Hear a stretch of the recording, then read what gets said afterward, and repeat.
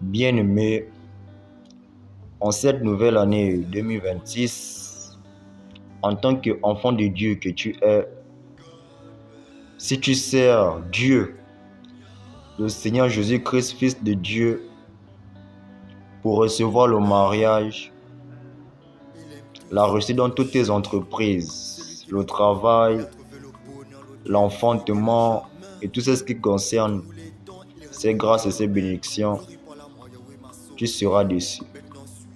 Mais si tu recherches premièrement le royaume des cieux, comme l'indique Matthieu chapitre 6, à partir du verset 30 à 34, laisse-moi te dire que tu recevras ton mariage, tes diplômes, la réussite dans toutes tes entreprises, et même tu enfanteras et tu seras puissamment béni.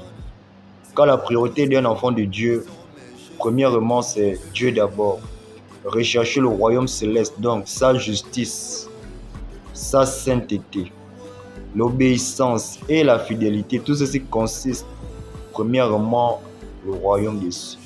Car c'est en étant dans cette alliance que tout ceci s'enchaîne.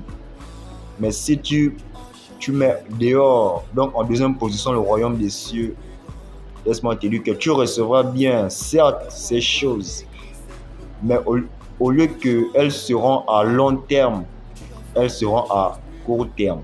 C'est pourquoi l'on voit des divorces par-ci. Tu travaillais, tu es viré, ou bien il y a des faussetés, donc il y a des embûches sur ton chemin. Mais lorsque tu mets premièrement le royaume des cieux devant, laisse-moi te dire que tout ce que tu as ou que tu pratiques ira toujours à long terme, même tes projets. Donc bien aimé, en cette nouvelle année 2026, et ne sois pas comme le païen, car ce verset dit que ceux qui recherchent les choses de ce monde, ce sont les païens. Le païen, lui, il vit dans l'injustice, dans la souillure, dans le péché. Il n'a même pas la crainte de Dieu. Certes, il réussit, mais observe bien sa vie. Est-ce qu'il est épanoui comme il se doit, ou est-ce que sa vie est prolongée? Ne l'envie pas.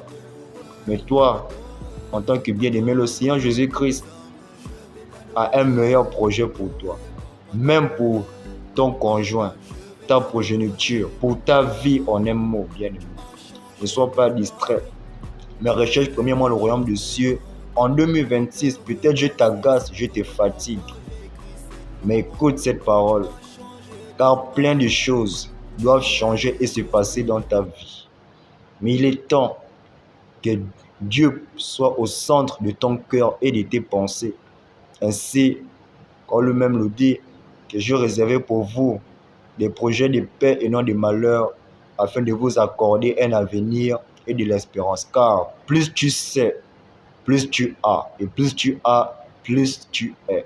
Sois béni, guéri, délivré et restauré. Au nom de Jésus-Christ. Ciao.